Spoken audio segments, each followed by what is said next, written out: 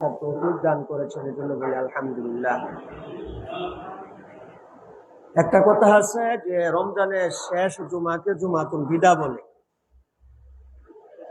এটা আসলে এরকম নামের কোনো ফজিলত আছে বিষয়টা এমন না, মানে জুমাতুল বিদা এর কোনো ফজিলত আছে বিষয়টা এমন না। বাকি রমজান মাসের শেষ জুমা এই হিসাবে তো অবশ্যই মুসলমানের জন্য এটা গুরুত্ব দেওয়া দরকার, এবং এখান থেকে প্রতিজ্ঞাবদ্ধ হওয়া, তওবা করা যে ভবিষ্যতে এখন আমি যতটুকু তাকওয়া অর্জন করেছি সামনের দিনগুলোতে আমার দ্বারা যেন কোনো গুনাহ না হয়। যেমন আল্লাহ তাআলা পবিত্র কুরআনুল কারীমে বলেছেন, ওয়ালা তাকুনু কাল্লাতী নাকাদাত গাজলাহা মিন বাদি কুওয়াতিন আনকাসা। আল্লাহ তাআলা একটি ঘটনা বর্ণনা করে যে একজন মহিলা সে মালা গাঁথত, পুঁতির মালা। তো মালা গাঁথতে তো অনেক সময় লাগে, কষ্ট লাগে, সুতা দিয়া ভিতরে ঢুকানো। তো সে মালা গাঁথত, যখন মালাটা কমপ্লিট হইতো, একবারে সবগুলি দানা ভিতরে দিয়া মালাটা যখন কমপ্লিট হইতো, কমপ্লিট হওয়ার পরে মালার মাঝখানে কেটে দিত। তো মালার মাঝখানে যদি কেটে দেয় তাহলে যে দানাগুলি আছে এগুলিকে পড়তে সময় লাগবে? এগুলি পড়তে সময় লাগবে না। আল্লাহ কুরআনে বলেন যে তোমরা ওই মহিলার মতো হইও না যে মালাকে মজবুত ভাবে বাঁধার পরে, শক্ত করার পরে তারপরে কেটে দিচ্ছে। অনেক সময় লাগাইয়া সে মালাটাকে সুন্দর করলো, বাঁধলো, তারপরে মুহূর্তের মধ্যে এই স্বপ্নটা শেষ হয়ে গেল। তো পবিত্র রমজান মাস আমরা এক মাস সাধ্য অনুযায়ী সিয়াম সাধনা করছি, রোজা রেখেছি, তারাবি পড়েছি, অনেক গুনাহ থেকে বেঁচে থাকার চেষ্টা করছি। তো এমন যেন না হয় যে তারপরে ঈদের দিন আসলো, ঈদের 2-3 দিন সময় গেল, যেন এই 1-2 দিনের গুনাহ আমার 1 মাসের আমলকে নষ্ট না করে দেয়। আল্লাহ কোরআনে এমনই বলছে যে দীর্ঘ সময় যাবত নিয়ে তুমি মালাটা সুন্দর করছো, মজবুত করছো, তারপরে সুতাটা কেটে দিচ্ছ। 1 মাস মেহনত করলা, দীর্ঘ সময় মালাটা শক্ত করলা, মালার ভিতরে সুতা দিয়া মেহনত করে মালাটা বানাইলা, আর 1 সেকেন্ডের মধ্যে মালাটা নষ্ট করে দিল। তোমাদের জন্য এমন না হয় 1 মাস তোমরা সাধনা করেছ, রোজা রেখেছ, অনাহার থেকেছ, উপবাস থেকেছ, সারাদিন পরিশ্রম করেছ, তারপরেও তুমি রোজা ভঙ্গ করো নাই, সারাদিন পরিশ্রম করে শরীর ক্লান্ত হয়েছে, তারপরে রাত্র হয়েছে, তারপরে তুমি বিশ্রাম নেও নাই, তারাবি পড়তে আসছো। তোমার আমলটা মজবুত হয়েছে, শক্ত হয়েছে। তো তারপরে যেন তোমাকে শয়তানের এমন ধোঁকা না দেয় যার কারণে তোমার 1 মাসের আমলটা তোমার 1 দিনের গুনাহে নষ্ট না হয়ে যায়। আল্লাহ তাআলা এমন কথাই পবিত্র কুরআনুল কারীমে বুঝাইছে।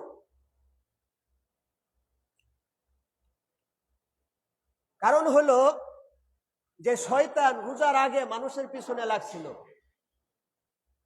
আর এই রমজানে ধোঁকাটা কিছু কম দিতে পারছে।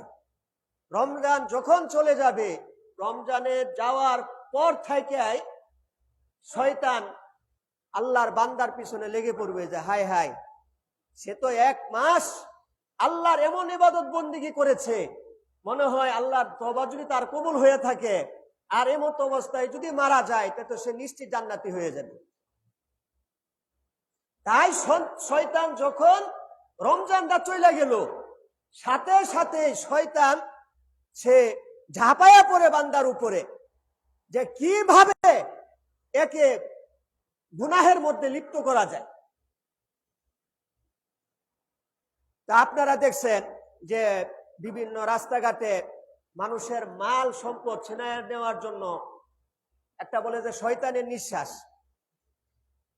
মানে একটা ফাউটারের মতো আছে, এটা আপনার সামনে একটা কিছু দিবে, একটা লেখা দিবে, লেখা দিয়ে বলবে একটু পড়েন তো, আবার এই লেখার মধ্যে কিছু ফাউটার দিয়ে দিচ্ছে। যখন আপনি নাকের কাছে নিবেন পড়ার জন্য, ছোট করে লিখবে যেন কাছাকাছি নিতে হয়। যখন আপনি কাছে নিবেন, এই ফাউটারের সামান্য ঘ্রাণ গন্ধ যদি আপনার নাকের ভিতরে যায়, মুখ দেওয়া যায়, তাহলে যাওয়ার পরে সাথে সাথে আপনার ব্রেনের নিয়ন্ত্রণ আর আপনার কাছে থাকবে না। যে ব্যক্তি আপনাকে সেই গন্ধটা শুঙ্গাইছে, খাতাটা পড়াইছে, তার নিয়ন্ত্রণে চলে যাবে। তার নিয়ন্ত্রণে যাবে মানে সাথে সাথে সে বলবে যে তোমার কাছে কি আছে, আমাকে দিয়া দেও। তোমার কাছে কি মোবাইল আছে? সে বলবে যে হ্যাঁ আমার কাছে মোবাইল আছে, সে দিয়ে দিবে। তোমার কাছে কি টাকা আছে?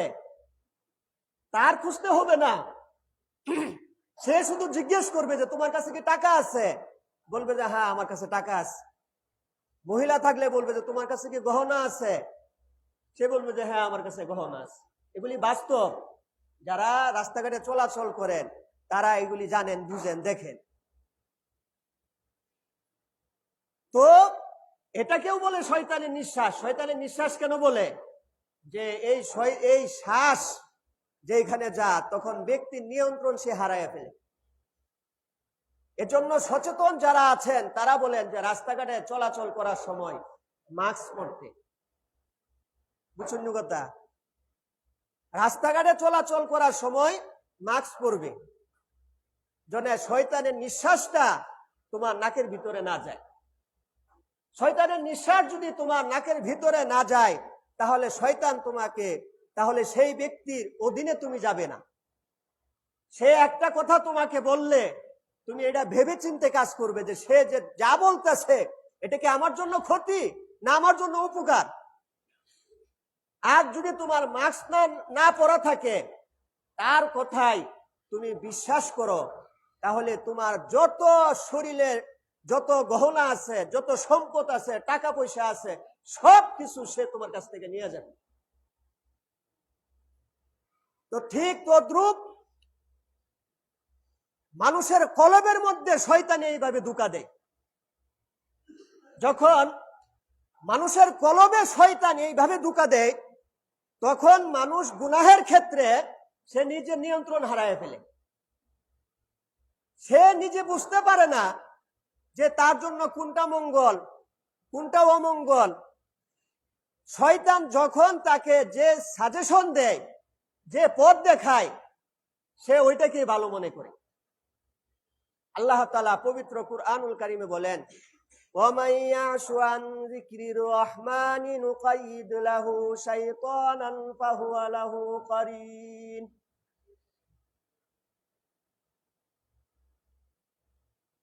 এখন শয়তানের কলবের মধ্যে, কার কলবের মধ্যে শয়তান চড়াও হয়?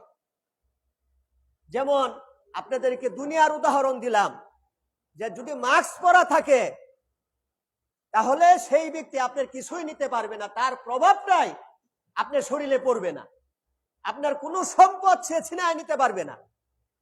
শর্ত হইল কি, মাস্কটা পরা থাকতে হবে, তাহলে শয়তানের বাতাস সেই তার যে ফাউটার, এটা আপনার নাকের ভিতরে যাবে না। তদ্রূপ আল্লাহ তাআলা পবিত্র কুরআনুল কারীমে বলছেন যে শয়তান কলবকে যে নিয়ন্ত্রণ করে, এই কলব থেকে শয়তানকে দূর করতে হইলে, শয়তানের প্রভাব, শয়তানের শক্তি থেকে মুক্ত করতে চাইলে, তাহলে কলবে তোমার জিকির করতে হবে। এই জিকির তোমার কলবের মধ্যে জারি থাকতে হবে। আর যদি না থাকে, আল্লাহ এটাই বলেছেন, ومن يعش عن ذكر الرحمن نقيض له شيطانا فهو له قرين। আল্লাহ বলেন, যে ব্যক্তি আল্লাহ তাআলার জিকির থেকে অন্ধ হয়ে যায়, যে ব্যক্তি আল্লাহ তাআলার স্মরণ থেকে অন্ধ হয়ে যায়, নুকাইদ লাহু শাইতান, আমি তার জন্য শয়তানকে নিযুক্ত করে দেই, ফাহুয়া লাহু কারিন, তখন শয়তান তার বন্ধু হয়ে যায়। বলেন নাউজুবিল্লাহ। শয়তান তার বন্ধু হয়ে যায়। শয়তান বন্ধু হলে কি হয়? ওয়া ইন্নাহুম লা ইয়াসুদ্দুনাহুম আন সাবিলিল্লাহ ওয়া ইয়াহসাবুনা আন্নাহুম মুহতাদুন। সুবহানাল্লাহ। আল্লাহ দুনিয়ার উদাহরণের সাথে মিলায়া দেয়। তারা তখন শয়তান তোমাকে ভালো কাজগুলি থেকে বাধা দেয়। লা ইয়াসুদ্দুনাহুম আন সাবিলিল্লাহ, আল্লাহর রাস্তার যে কাজগুলি আছে, দিনের যে কাজগুলি আছে, এই কাজগুলো থেকে তোমাকে বাধা দেয়। আর তুমি এটাকে ক্ষতি মনে করো না। ওয়া ইয়াহসাবুনা আন্নাহুম মুহতাদুন, আর সে ধারণা করে যে আমি মনে হয় সঠিক পথে আছি। বুঝেছেন কথা? যখন মানুষ তার কলবে আল্লাহর জিকির দ্বারা কলবটাকে বেষ্টিত না করে রাখে, তখন এই কলবের মধ্যে শয়তান প্রবেশ করে। আল্লাহ বলেন যে শয়তান তার সঙ্গী হয়ে যায়। আর শয়তান সঙ্গী হয়ে গেলে যত ইবাদতের কাজ আছে, ভালো ভালো কাজ আছে, এগুলি শয়তানে বাধা দিয়া রাখে। যত খারাপ কাজ আছে শয়তানে তার দ্বারা করায়, আর তার দিলের মধ্যে ঢুকাইয়া দেয়। ওয়া ইয়াহসাবুনা আন্নাহুম মুহতাদুন, আর তার দিলে থাকে যে আমি সঠিক পথে আছি। তো আজকে সামনে এই দিনগুলি আসতেছে, সামনে ঈদ আসতেছে। দেখবেন যে সারা রমজান ইবাদত করছে, সে ঈদের দিন আসছে, সে পুরা পাগলা ঘোড়ার মতো হয়ে গেছে। সে পাগলা ঘোড়ার মতো হয়ে গেছে। সে যে এক মাস ইবাদত করলো, একটা মুহূর্তের মধ্যে শয়তান তার নিয়ন্ত্রণে নিয়ে গেল। এজন্য তওবাটা সুন্দরভাবে করা। আমাদের তওবা কেমন হয়? কবি বলছেন, সুবহে বরকত তওবা বরলব, দিল পর আযৌকে গুনাহ, মাসিয়াত রা খান্দামিয়াত বার ইস্তিগফার মা। দেখবেন আমাদের তওবাটা কবির তওবার সাথে মিলে কিনা। কবি বলেন, আমাদের তওবা হলো সুবহে বরকত, হাতের মধ্যে তাসবিহ সুবহানাল্লাহ পড়তেছি। তওবা বরলব, ঠোঁটে হইল তওবা, মুখে বলি আস্তাগফিরুল্লাহ আস্তাগফিরুল্লাহ, এরকম করি না? হাতে তাসবিহ আর মুখে কি?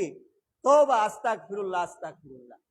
দিল পর আযৌকে গুনাহ, আর আমার দিলের মধ্যে গুনাহ দেয়া, গুনাহ স্বাদ দিয়া ভরপুর করে রাখছি।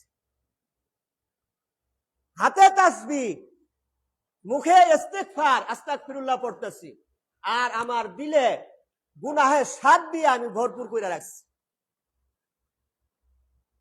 কবি বলেন যে এমন তওবার উপরে যে ব্যক্তি হাতে সুবহানাল্লাহ পড়ছে, মুখে আস্তাগফিরুল্লাহ পড়ছে, কিন্তু তার দিলের মধ্যে গুনাহ ভরপুর হয়ে আছে, গুনাহের চাহিদা ভরপুর হয়ে আছে, গুনাহের কামনা ভরপুর হয়ে আছে। কবি বলেন সে যখন এইভাবে হাতে সুবহানাল্লাহ পড়ে আর মুখে আস্তাগফিরুল্লাহ পড়ে, তখন স্বয়ং গুনাহ তার এই তওবার উপরে হাসতে থাকে। বলেন নাউজুবিল্লাহ। আমাদের অবস্থা তো এখন এমনই হয়ে গেছে। আমাদের গুনাহ ছাড়ার নিয়ত নাই, কিন্তু হাতে ঠিকই সুবহানাল্লাহ পড়তেছি, তাসবিহ পড়তেছি, মুখে আস্তাগফিরুল্লাহ পড়তেছি, আর আমার দিলের মধ্যে হিংসা, বিদ্বেষ, টেলিভিশন দেখা, গান দেখা, খেলা দেখা, সুদ খাওয়া, ঘুষ খাওয়া, এই সব কিছু আমার দিলের মধ্যে আছে। আমার দিলের মধ্যে আছে, কোনোটা ছাড়তে আমি রাজি না। সব দিলের মধ্যে লালন পালন করে রাখছি, আর আমি হাতে পড়তেছি সুবহানাল্লাহ, মুখে পড়তেছি আস্তাগফিরুল্লাহ।